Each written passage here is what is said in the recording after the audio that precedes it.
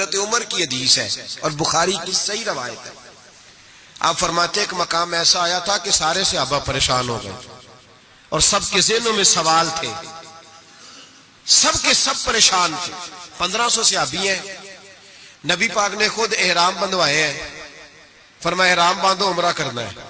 میقات مدینہ سے احرام بندھ گئے, صحابہ نے تیاری کر لی, لبیک پڑھتے ہوئے حدیبیہ کے مقام پہ پہنچ گئے.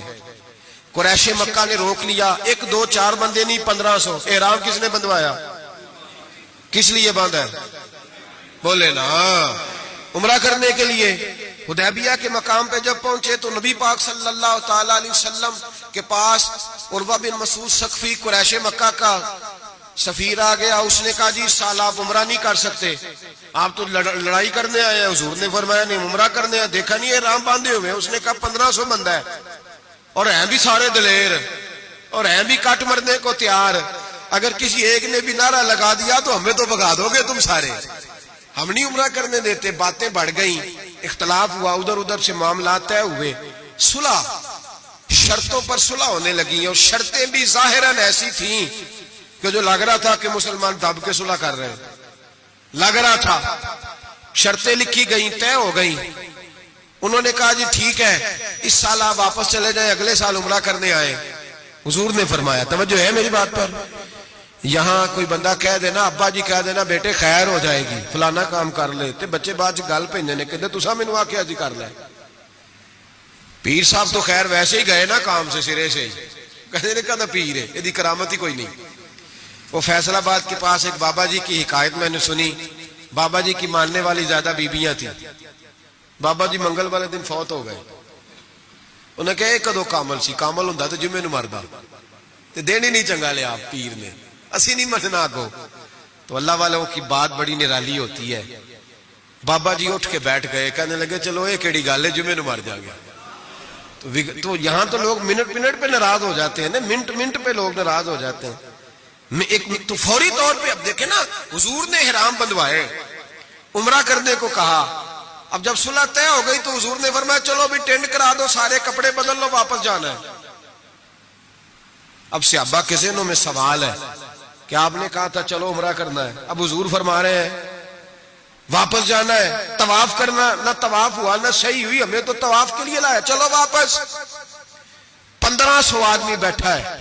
جناب عمر کہتے ہیں جو سب سے پہلے اٹھے وہ ابو بکر صدیق تھے, جو سب سے پہلے اٹھے وہ ابو بکر, کوئی شک نہیں ذہن میں, کوئی بات نہیں. ٹینٹ کرائی, کپڑے بدلے. فرماتے ہیں پھر دھیرے دھیرے لوگ نہ بوجھل قدموں سے اٹھے. کہتے ہیں باقی تو ذرا ٹھنڈے تھے, بول نہ سکے, میں ذرا تیز مزاج تھا, مجھ سے غصہ سنبھالا نہ گیا. میں حضور کے خیمے میں, ترکی کپڑے کا خیمہ نبی پاک نے لگایا ہوا تھا. جاگ رہے ہیں آپ لوگ, بڑی خاص بات ہے, خاص توجہ سے سننا. ایمان اس طرح مضبوط رہتا ہے, عقیدہ یوں بچتا ہے, ذرا ذرا سی بات پہ ذرا ذرا اس کا, آج میں نے فلانے اسکالر کو سن لیا ہے تو سود کے بارے میں بتاؤ, آج فلاں جناب میں نے بندہ سن لیا ہے, نہ آگے کا پتہ نہ پیچھے کا پتہ.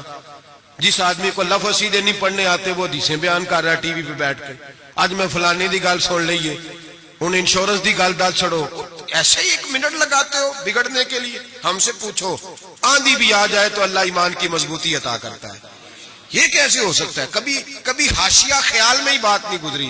یہ بزرگوں کی نسبت کی برکت حاصل ہوتی ہے, یہ بزرگوں کی نسبت کی برکت. اور دعا فرمائے اللہ استقامت ہی عطا فرمائے, اللہ فتنوں سے محفوظ. سارے آمین بولے, اللہ بچائے ان فتنوں سے. حضرت ابو بکر, کتنا کڑا وقت ہے.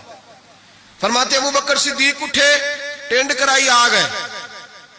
آہستہ آہستہ سب اٹھے. عمر کہتے ہیں مجھے بڑا جلال تھا, میں سیدھا حضور کے حجرے میں, اور جاتے ہی سلام لی تو سخت جملے.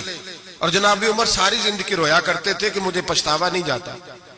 سیدھا گیا اور جا کے کہا حضور آپ اللہ کے سچے رسول نہیں؟ کہا سچا رسول ہوں. کہا قرآن سچا نہیں؟ سچا ہے. اسلام سچا نہیں؟ حضور نے فرمایا سچا ہے. تو کہا حضور پھر ہم دب کے صلح کیوں کریں؟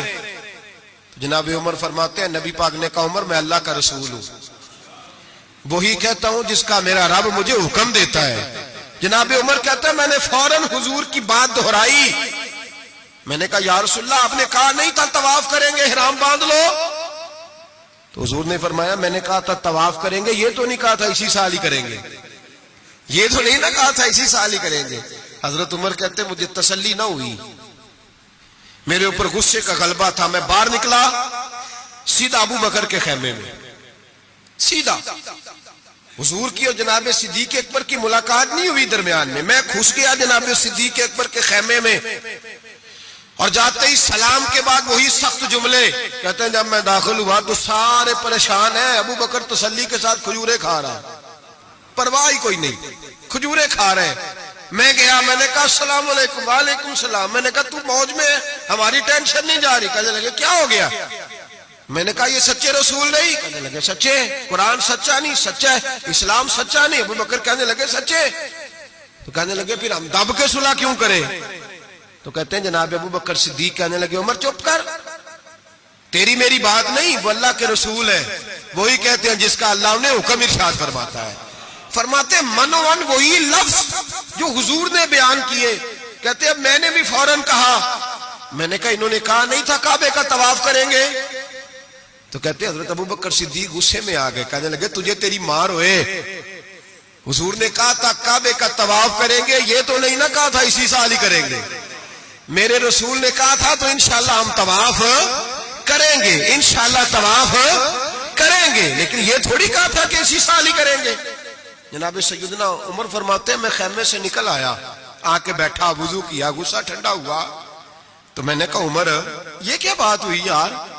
وہی لفظ ابو بکر کہتے ہیں جو رسول پاک نے بیان فرمائے, وہی انداز جناب صدیق اکبر کا ہے جو نبی پاک کا ہے. فرماتے ہیں پھر میری آنکھوں میں آنسو آئے, اور میں نے کہا عمر تو نے ایمان میں کیا آگے گزر, تو نے عمل میں کیا آگے گزرنا ہے, ابو بکر کا تو ایمان ہی تجھ سے بڑا مضبوط ہے.